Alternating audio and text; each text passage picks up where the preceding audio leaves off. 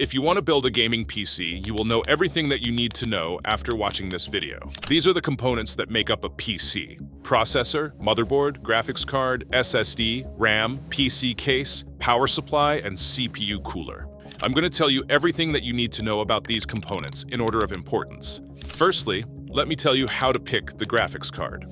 There are three things that you need to pay attention to: the GPU, the brand and model, and the graphics card processor compatibility. I will talk about the third one in the processor section. Let's look at the first two for now. GPU is the graphics chip inside the graphics card. It dictates how well the graphics card performs, which is why it's very important. In a gaming PC, the component that you should set aside the most amount of budget for is the GPU, or rather, the graphics card. The two things you need to focus on here are how up-to-date the GPU is and how performant it is in games. Up-to-date GPUs have newer technologies, so they can offer better performance and consume less power while doing so. But the newest GPU isn't always the most performant. For example, even though the RTX 3070 is an older GPU, it's more powerful than the 4060. Yet, another example, the GTX 1080 Ti performs similarly to the RTX 3060, but consumes way more power compared to it. The only way to determine which GPU is more powerful is by checking gaming tests and GPU comparisons. Besides this, you can also ask for help on forums. Now let's move on to the second thing you need to pay attention to when choosing a graphics card: brand and model. Brands take the GPU I've just mentioned and sell it after making additions in areas such as cooling.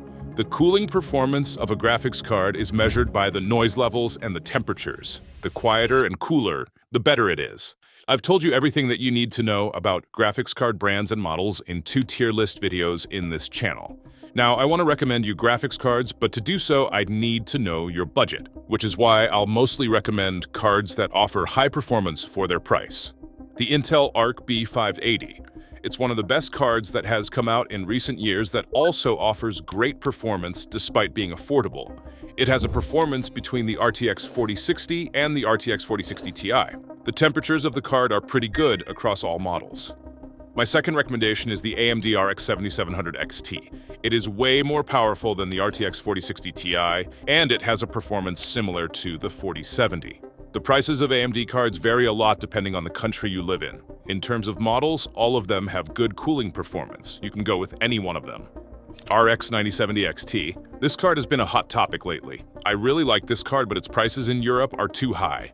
It has a performance similar to the RTX 5070 Ti. As it's a new graphics card, it's too early to recommend models. Now it's time for the processor. There are 3 things you need to pay attention to when picking a processor. The first one is the processor graphics card bottleneck that I postponed earlier. The second is processor performance. And lastly, socket compatibility. First of all, let me tell you about the processor and graphics card bottleneck. If the processor and graphics card performance isn't well balanced, you won't be able to get enough performance from games. Either the graphics card or the processor will perform worse than it should. We call this drop in performance a bottleneck. The bottleneck percentage is often directly proportional to the amount of FPS we lose. For example, if the GPU usage is at 85% and the CPU usage is at 99% while gaming, you can get 85 FPS in a game you should be getting 100 FPS from, equal to a loss of 15%. Because of this, you need to pick a processor that can support the graphics card sufficiently. To find the right processor, you can check out the Passmark Top Gaming Score list. The processors in this list are sorted by their performance in games, meaning the higher-ranked processor's gaming performance is better than the processor that's ranked lower on the list. You need to pick a processor within your budget that's as high up on this list as possible. After picking your processor, check gaming test videos on YouTube that feature the graphics card and the processor you chose. For example, there are a lot of videos about the RTX 4060 and Ryzen 5 5600 Duo. Check the usage percentages in the test. You won't have any issues if the bottleneck percentage doesn't exceed 10% or at most 15%. Now let's talk about processor performance. Before we get into processor performance, I want to take a quick moment to talk about something just as important: your privacy while browsing online. That's why I recommend today's video sponsor, PIA VPN. If you don't know what a VPN is, it's a service that masks your IP address and location while encrypting your data as you browse online. Without PIA VPN, any website you visit can see your IP address and approximate location. This information can be used to track your activity online across different websites by third parties, such as hackers, advertisers, or even your government. Not using PIA VPN is like walking through a crowded street with your personal information hanging around your neck for everyone to see. Thanks to their ability to hide your location and even to change your location to 91 other countries in all 50 states, PIA VPN also lets you access geo-blocked content and streaming libraries from other countries, helping you watch shows that aren't available in your region. PIA is one of the most trustworthy and transparent VPNs in the world, with a proven no-logs policy that's been independently verified, so it doesn't record or store any data about your online activity. And the best part? You can use PIA VPN on all your devices with just one subscription. You can try out private internet access today with a special 83% discount by following the link in the description, or go to piavpn.com/themysterioustech. I personally recommend the 2 years plus 4 months free plan. I think it's a great deal. The performances of processors can vary, so as not to overwhelm you with the technical details, I'm going to put it in simple terms. The Intel i5-12400F and the Ryzen 5 5600 are considered rivals. There are tests where both processors outperform each other. So, when choosing a processor, you should check its performance in the games you plan to play. Lately, Intel processors haven't been in a very good position, but that's a topic for another video. Now let's move on to socket compatibility. The part of the processor that connects to the motherboard is called the CPU socket, and the motherboard socket and processor must be compatible. For example, you can't install a processor compatible with an AM4 socket into an AM5 motherboard. The socket is more related to the motherboard, but I'm talking about it here as it concerns the processor as well.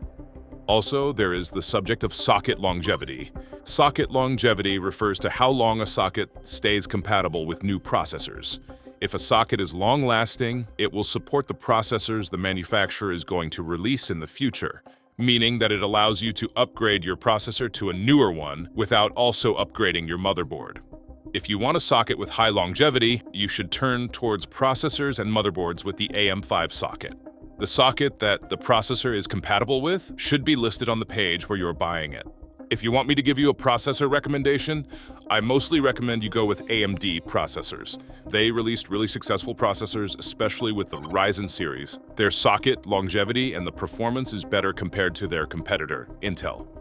If your budget is tight, I can recommend the Ryzen 5 7500F or the Ryzen 5 7600. They are similar processors. Just try not to go with the 7600X. The 7600X tends to overheat and doesn't perform well with the stock CPU cooler.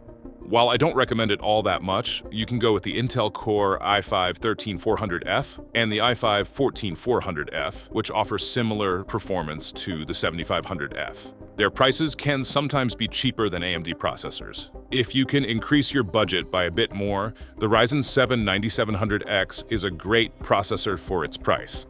Now let's talk about the SSD. There are a lot of things you need to pay attention to in this component, but to not confuse you, I won't tell you about all of these one by one. Instead, I recommend that you get help from the forums. You can get SSD recommendations suited for your build by creating a thread on a forum. I only want you to know these. The SSD you buy should be at least 1 terabyte. Considering the size of modern games, SSDs below 1 terabyte might not be enough. Over time, you might have to delete stuff to free up space.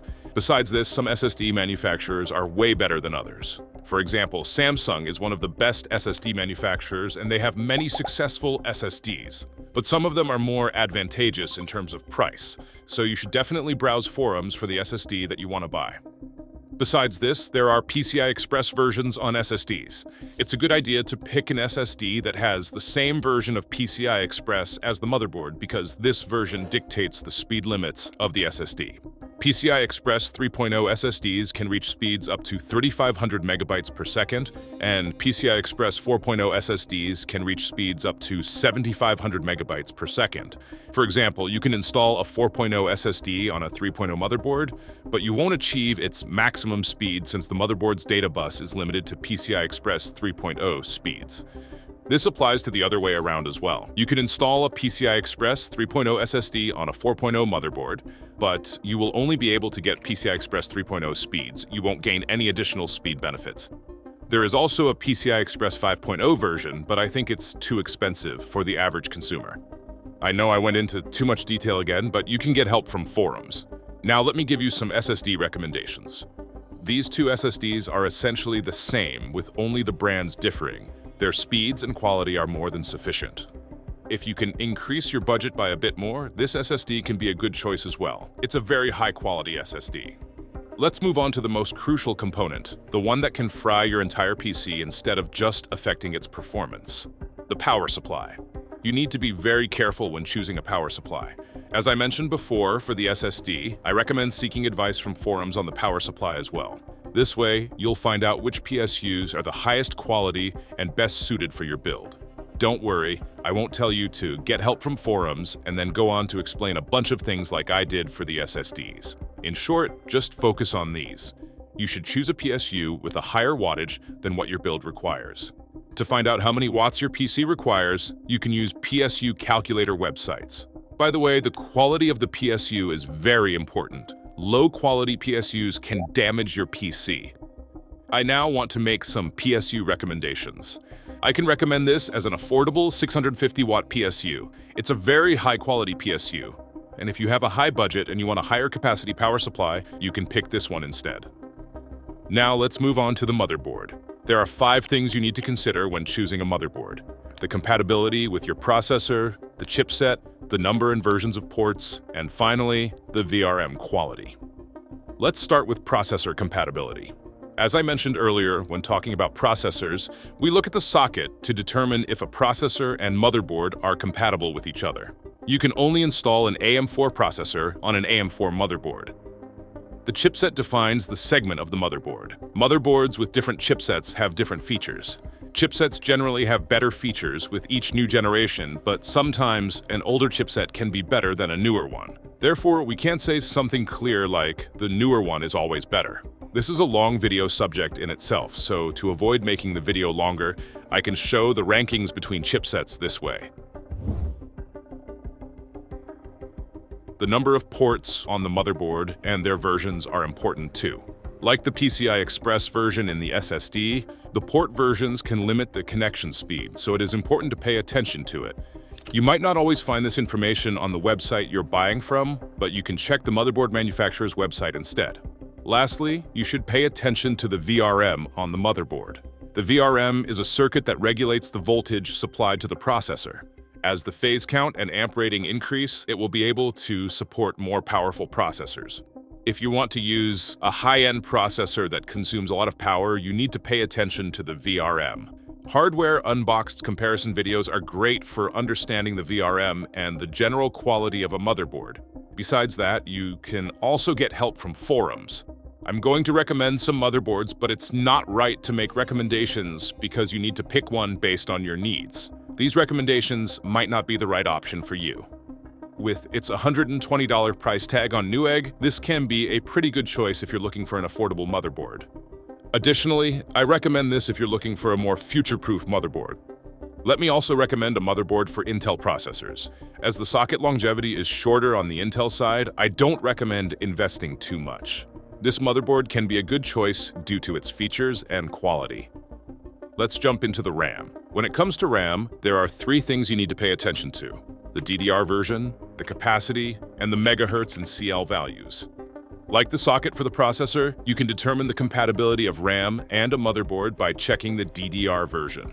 You can install a DDR4 RAM on a DDR4 motherboard. Regardless of your use case, whether it's gaming or web browsing, the RAM capacity is something you should pay attention to.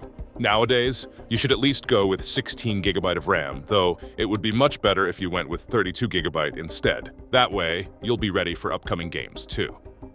To determine a RAM's speed, you need to look at the megahertz and CL values. The megahertz value should be high, and the CL value should be low. Since DDR5 RAMs still have stability issues, 6000 MHz CL30 RAM is the most suitable option. Quick tip: if you're thinking of buying DDR4 RAM, you should use dual channel. But what is dual channel RAM and what does it do? Dual channel RAM improves performance by using 2 8GB RAM sticks instead of one 16GB RAM stick. At the end of the day, you still have 16GB of RAM, but with more performance than a single RAM stick. This is not necessary for DDR5 RAM, as DDR5 RAM already operates like dual-channel RAM. They don't require dual-channel. Now let me give you a few RAM recommendations. If you are looking for an affordable DDR5 RAM, I recommend the Patriot Viper Venom series. There is also a RGB variant for a little bit more expensive. If you want a DDR5 32GB RAM, I once again recommend the Patriot Viper Venom series. They are really affordable. I'm recommending this as there are compatibility issues above speeds of 6,000 MHz. If you're looking for a cheap and high-quality DDR4 RAM, you can buy this. They are very high-quality RAMs. This DDR4 32GB RAM is really affordable too.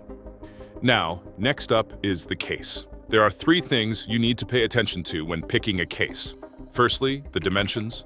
Secondly, the airflow. And lastly, the pre-installed fan count. All components of the PC are placed inside the case. Therefore, it is very important for the parts to be able to fit inside it. Do not pick a case without checking the length of your graphics card, the size of your motherboard, and the size of your CPU cooler. The only function of a case that could be considered important is the airflow. The air needs to comfortably enter the case, and later the hot air needs to be exhausted. If the airflow isn't good, components will overheat and performance will worsen. For good airflow, it's important that the front panel of the case has a mesh design. Additionally, some cases come with pre-installed fans. These fans have a major effect on the airflow. If you pick a case with at least 3 pre-installed fans, you won't have to make additional spending towards extra fans. I won't make any suggestions for cases because case selection is mostly about personal preference. Next up is the CPU cooler. I sorted the components by their order of importance, but I wasn't really sure where to place the CPU cooler. There are 3 things you need to pay attention to in CPU coolers: the processor and cooler compatibility, the type of cooler, and the dimensions. The socket that I mentioned in the motherboard and processor sections also comes into play when picking a CPU cooler. You may face compatibility issues if the necessary brackets are not included with the CPU cooler. Make sure to check out which brackets are included with the CPU cooler you buy. Quick tip: AM4 socket coolers can also be installed on AM5 processors. If you already have an AM4 compatible CPU cooler, you can use it for AM5 processors as well. Additionally, the CPU cooler you choose also depends on the processor you plan to use. While the stock cooler is sufficient for the 12100F, you'll need a more powerful cooler for the 12700KF. The required cooling capacity is usually determined by the TDP rating. For a processor with a TDP of 105 watts, a cooler rated for the same TDP should be sufficient. You have to watch review videos on YouTube if you want a good CPU cooler. I'm not too sure about recommending forums on this one. A lot of forum users think liquid cooling is much better than air cooling. Now, let's take a look at the different types of CPU coolers. There are 2 main types of cooling: air cooling and liquid cooling. While liquid cooling should be used for high-end processors, air cooling can be used for mid-range processors. Some high-end air coolers can also be used for powerful processors. Reminder: air coolers provide similar performance to 240mm liquid coolers. If you're on a budget, opting for air cooling makes more sense. I think that liquid cooling is mainly useful for processors that tend to overheat. Other than that, it doesn't make much sense. I also need to tell you about CPU cooler dimensions. Not all coolers are in the same dimensions. The cooler needs to be able to fit the case. When choosing air coolers, you should pay attention to the height of the cooler. For liquid coolers, you should consider the radiator size and sometimes the radiator thickness. You can find this information on the cooler manufacturer's website. Let's move on to the CPU coolers I recommend. I recommend this as the cheapest recommendation. While other coolers at the same price have 4 heat pipes, this one comes with 6 heat pipes. If your budget is a little bit higher, you should definitely pick this one. It performs better than most 240mm liquid coolers. You can buy this too, which is one of the best air coolers. It is a really powerful cooler for its price. If you are determined to buy an affordable liquid cooler, the Enermax LiqMax Flow series is pretty good for its price. And if you want a high-end liquid cooler, you can pick this one.